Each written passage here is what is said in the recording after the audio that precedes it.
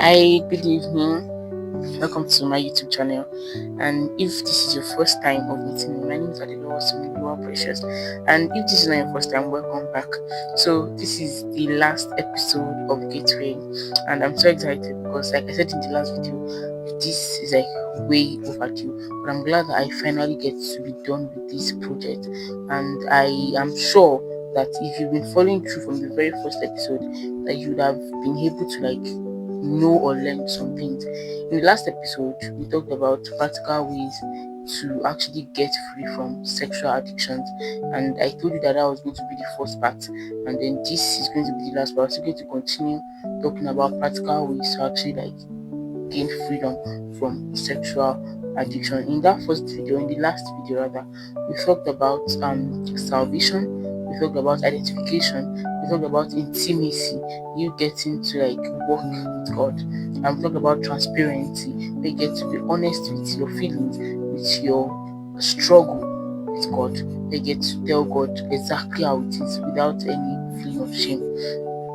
So in today's episode, I'm going to be starting with the word trigger. Now, this is one of the basic things I believe that we need to understand in order to walk out of sexual addiction. Whenever I come in contact with somebody and I have to work on this with the person, or better still, if we experience a relapse, one of the first questions I usually ask is, what did you notice as your trigger? What caused it? What happened before this action took place?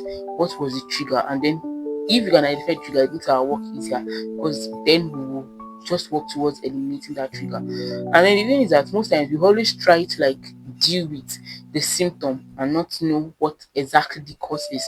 Just like when a person is sick and then they feel like, oh, this is what's wrong with this person without actually finding out what is causing it. Headache, a lot of things can cause headache, and then the very next thing that you hear a person say is that, oh, it's malaria. There are a lot of causes, and you start trying to cure the symptom and then not know what is the underlying cause of it. That's the same way that it is with sexual addiction. Now, when I talk about trigger, there are things that you notice that actually makes you commit this act, actually makes you to resort to taking part in sexual addiction or sexual content, taking in sexual content.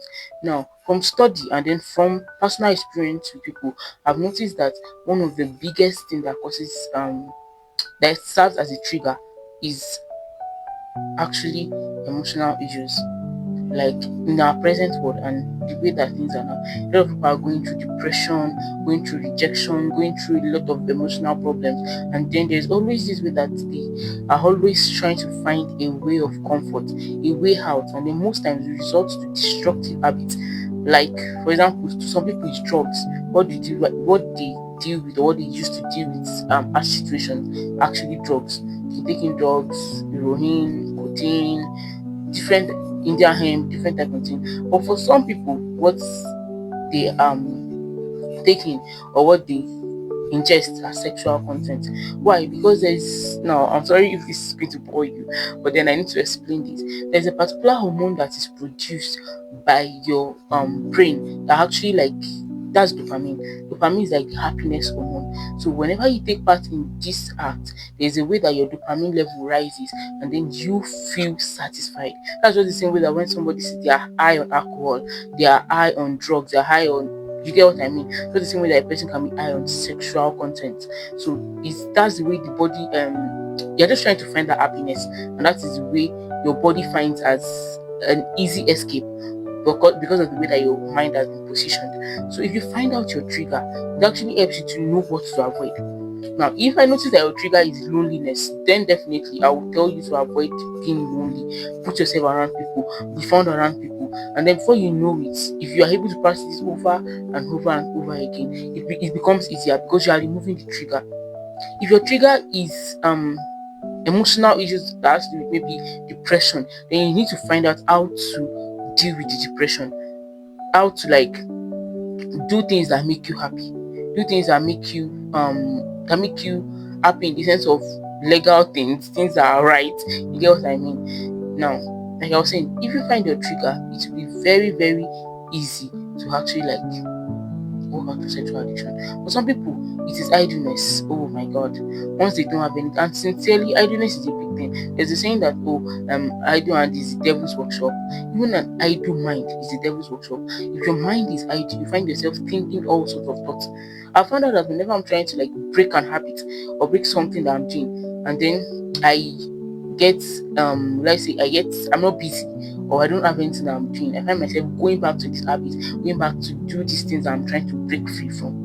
But whenever I get so busy with work, so busy with reading, so busy with writing, so busy with a lot of productive things that I should be doing, I realize that I actually forget about these habits, and then I'm like, what happened? Because I was busy. If you can get yourself busy sometimes, if that is your trigger, then you'll be able to like get free from sexual addictions. So you have to know your trigger, and then sometimes some people will be like, I don't know what. You should notice the pattern, notice what it is. It like there's a particular picture that when you see it, it triggers you, then get rid of it. Is there like there's a particular person, and when you meet this is person that serves as a trigger, then please, it's worth your time. I mean, it's worth your effort to actually like cut your relationship with that person. Necessarily, that person might never be a bad person. That person might be a friend or somebody that is close to you, and the person is not even doing anything that is wrong. But for your own self, that person is a trigger. Then you need to get yourself out of that situation. You need to get, and it's about intentionality. I'm still going to talk about intentionality in this video. You have to be intentional about it. So if you notice that this is your trigger, then much more than trying to cure the symptom that you're seeing, try to erase out that trigger, try to erase out the thing that is triggering or that is causing it, and then you realize that it actually gets easier. So like I said, you need to identify your trigger and know how to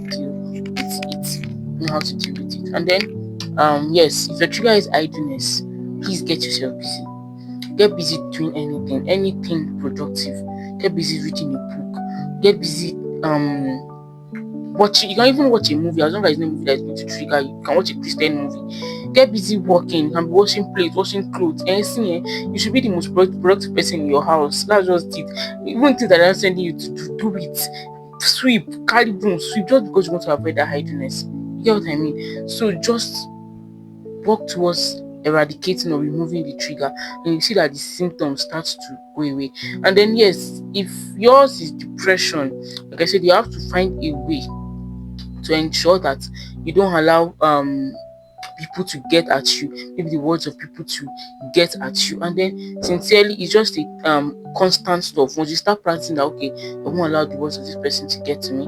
I know that I cannot control what this person is going to say to me, so I'm not going to the only thing I can control is how I react to this. I'm not going to allow myself to react in a bad way. Sincerely, find out your trigger. And if I did not mention your trigger in any of this whatever I said, you can send me a private message. My number will be on this screen, so that you can mention your trigger, and then I can work towards a way of actually helping you to eradicate or remove the trigger. Okay, yes. And then one other thing that you need to avoid is isolation. Please, I think I mentioned, I don't know if I mentioned it in when I was talking about my own personal experience, but the first few months, or would I say weeks, I did not allow myself to stay at home alone. My mom was going out, my brother I'll follow them wherever they are going. I was somebody that did not really like going out. I like being inside, like just staying indoors, reading a book, watching something, stuff. But that time, even my mom was like, what was happening? Why are you always going out? Man, I know what I'm going through. I know that. And then it was just the help of God, because nobody taught me all these things that time. I didn't have anybody to teach me that, delete this from your phone, or teach me that read your Bible or anything. It was just God. It was just God that just blessed me with that wisdom at that point in time. So avoid isolation. You see, I remember the time when I came in contact with I can't remember the exact Bible verse. I think it's the book of Corinthians that says that he will not allow you to be tested more than your ability, but for every test that comes your way, every temptation, you provide a way of escape. Oh my God, when I saw that Bible verse, I came to realize that there's always a way of escape. I don't have to give in, I don't have to subject myself to sin. There's always a way of escape that has been provided, so I just have to find it. So that day I made a decision that any day that I feel this urge again, I am going to stand up and walk to the nearest bus stop. I will see what will now come and carry me in that place. I made that decision that time, that even though it never happened, I never went to any bus stop, because I never really well, actually everything that happened after then was controllable, so I didn't have a need to actually like walk to a nearest bus stop. But then sometimes you have to go to the extreme. I've had stories of people that for some reason they had to like give up their Android phone because they just wanted to be free. Yes, you have to go to the extreme. I think I mentioned, I don't know if I mentioned this because I don't know if I mentioned everything, but like I said, you need to get my book, The Dark Room. It's my personal story of how I was saved from sexual addiction. I feel like it's going to be more detailed than the video that I made because I took time to write the book. So I feel like it's going to be more detailed. At one point, I had to delete my Facebook account. Like it was a lot.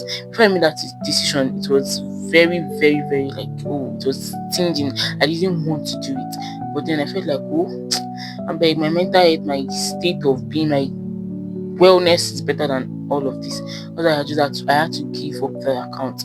I had to just give up the account, and then it really helped me a whole lot. It really helped me a whole lot.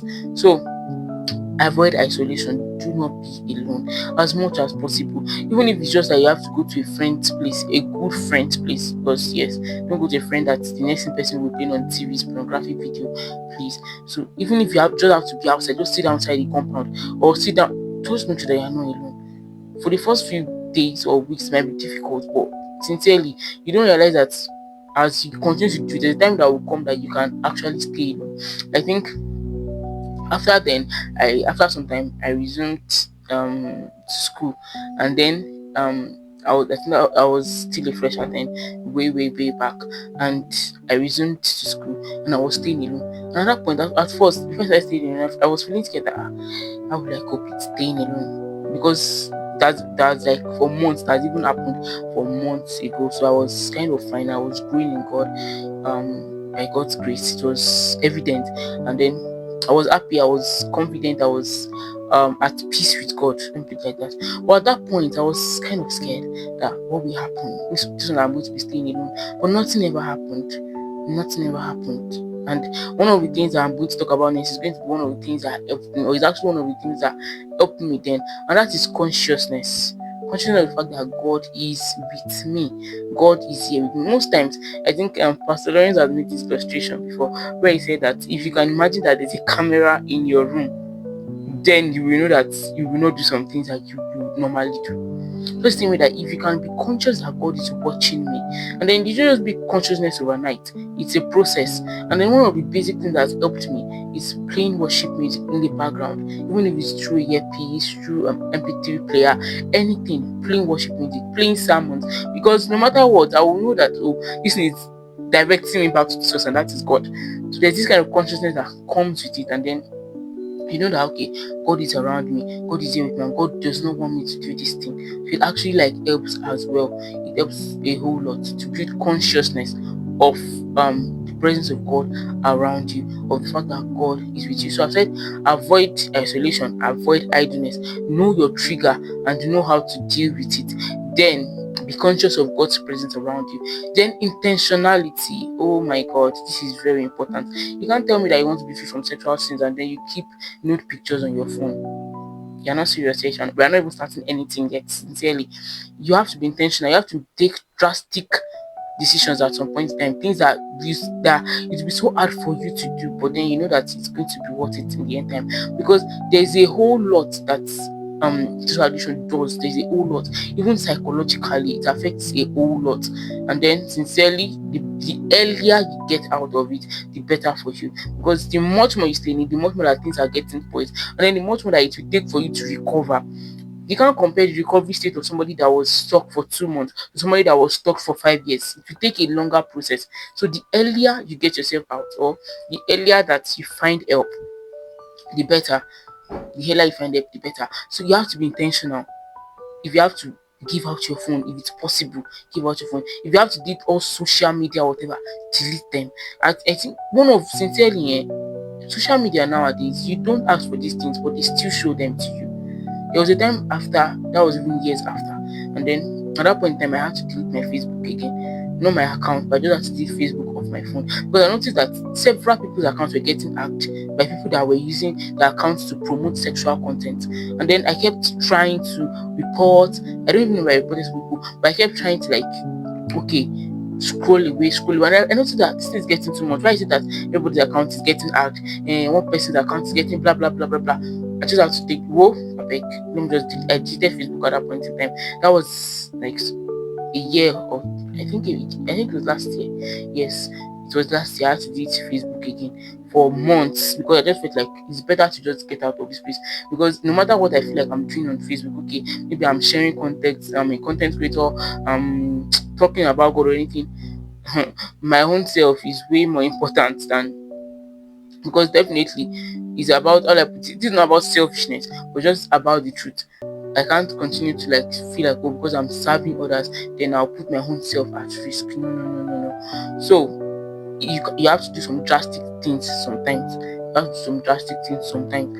It might be cutting off friends. There was a point, I think that was some months after. That was some months after when I first got saved from this. I had to delete the number of some of my friends.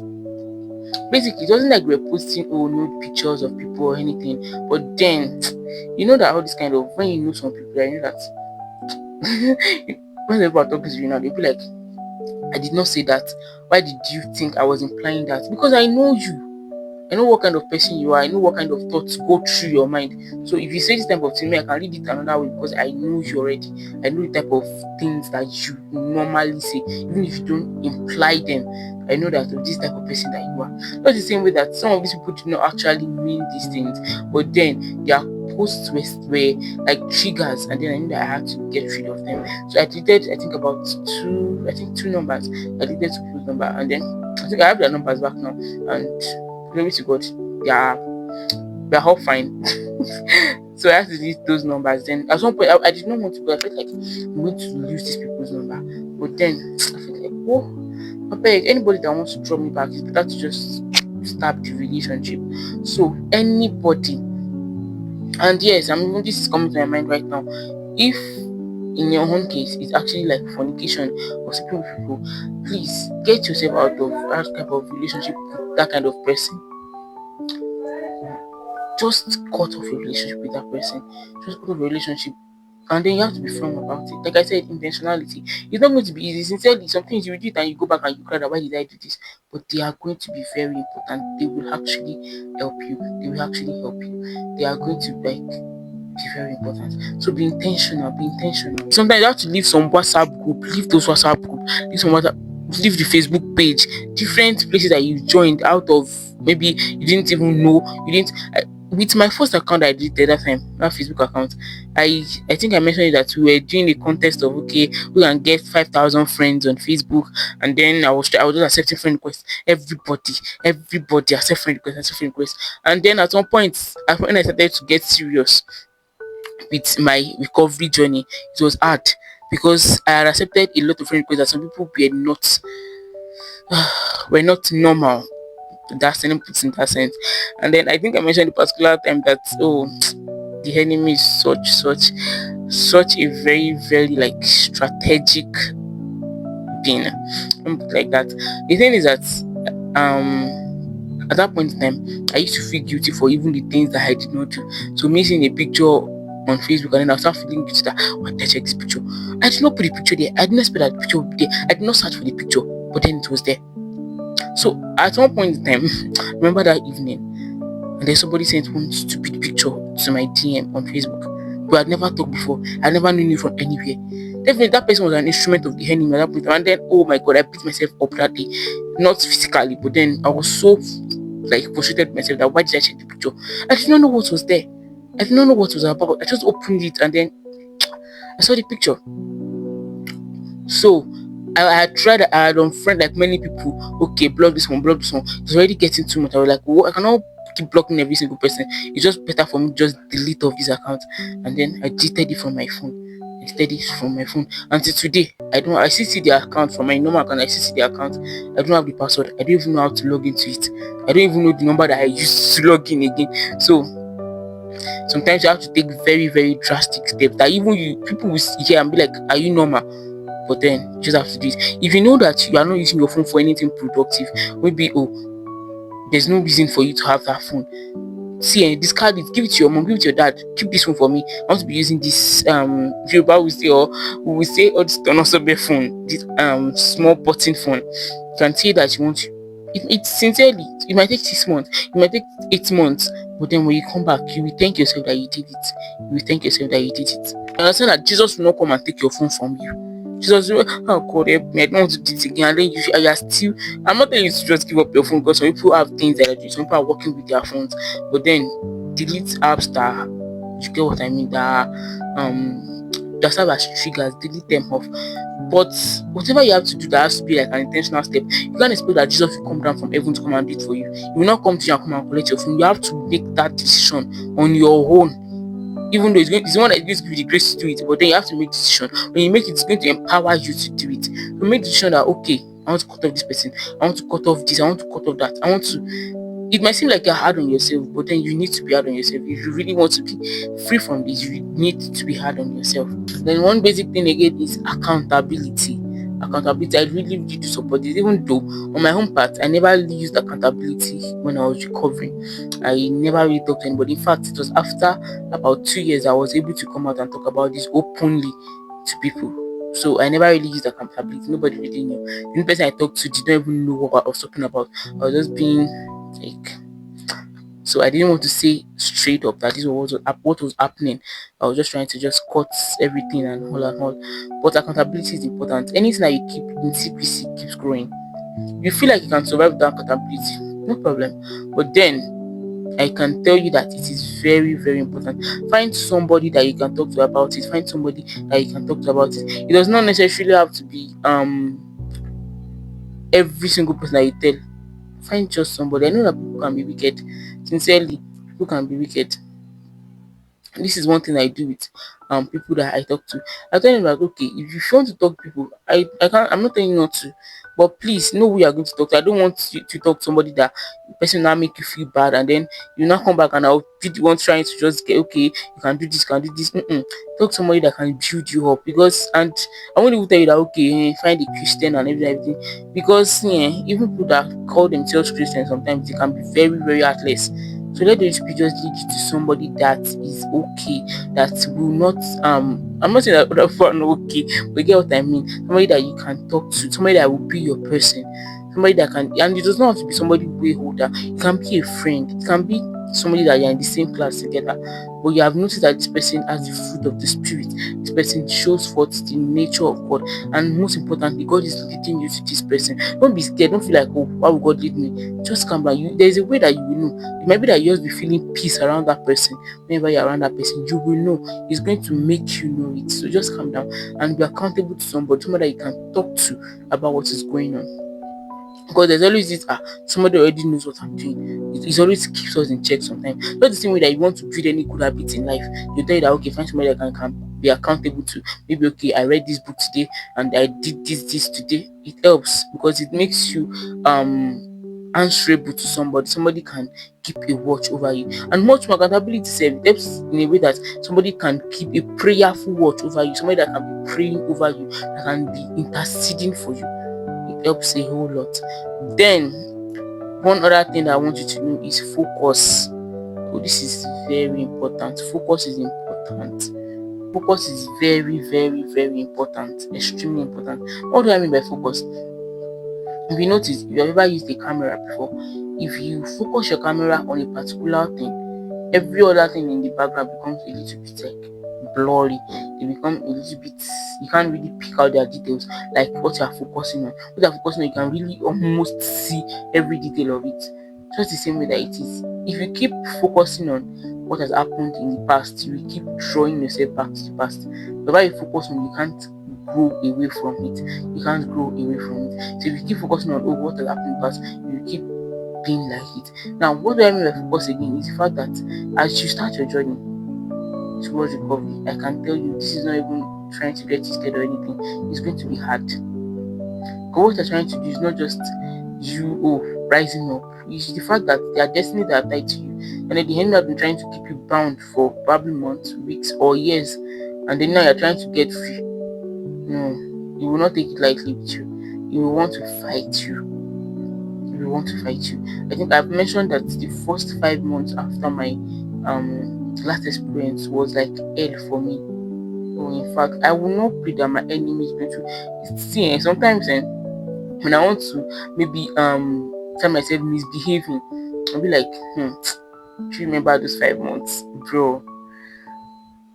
If I cannot even pray for my enemy to go through what I went through in those 5 months, those torture, those at a point I felt like I was going to die. Not because I was sick, but then my mind was distorted. But one thing that I'm grateful to God for is that I was able to focus on where I was going. I think I mentioned, I don't know if I mentioned it in that video, that at times that I would have dreams of, oh, I was receiving 66 mark. I was doing, I'll wake up, I'll go back to my Bible, I'll come study my Bible again. I will read my Bible, whoa, anything. At that point, I made the choice that even if God says that we're not doing again, me, I'm still doing. Like, even God says that, oh, even it's not possible, God will give up on you. But then, even if God says that, oh, I'm not following you again, well, we gather day. Now, here we go day. So at that point, I made the choice that no matter what happens, even if I feel condemned, I'm still going to come my Bible, I'm going to read my Bible. I'm still going to pray. I'm still going to, well, I don't know if prayer was a thing for me then, but then I felt like I used to pray sometimes then. But reading my Bible was a big deal for me. It was a big, important thing for me in my life then. So you have to, sincerely, we have stupid dreams, stupid thoughts that will feel like we are not progressing. In fact, sometimes you feel like you're not progressing. And then one thing I should understand, I usually tell people this, that sometimes recovery is a journey. It's not just the destination that you reach sometimes. For some people, it's a sudden thing that, okay, just get free and then they are fine. But for some people, it just starts with, okay, before they used to masturbate like 5 times a week, and then before they know it becomes twice, and then before they know it becomes once in a month, and before they know it, it's all over. So sometimes recovery is a journey, it's a process. It's not just a sudden stuff. And this is one of the things that I usually try to notice in people that I work with. Okay, how long, how much, or how frequent was this before? And then when they're trying to feel like, oh, we are not moving anywhere, I try to make them realize that this was not where we started from. Look back. This was how frequent it was in the beginning. Look at how frequent it is now. That's progress. Even if it seems like it's little, it is progress. The fact is just that you just have to continue, focus, and keep going and keep going. Then you realize there's a day that will come that it will just all be over. So you have to focus, you have to keep going. That is that you feel discouraged, like what you're doing is not working. That is that even you feel like, oh, why did I watch this video? Why did I do this? Go back, read your Bible, spend time with God, be intimate with God. Just be intentional about it. Focus, focus on the good things, focus on what is going right, focus on it. That, even if I made a mistake yesterday, I'm going to get up this morning, I'm going to remember, I'm going to pray. Because the enemy that you are dealing with is not joking. So you feel like, why did I do this yesterday? I don't know. Sincerely, it's going to affect a whole lot. So you just have to focus.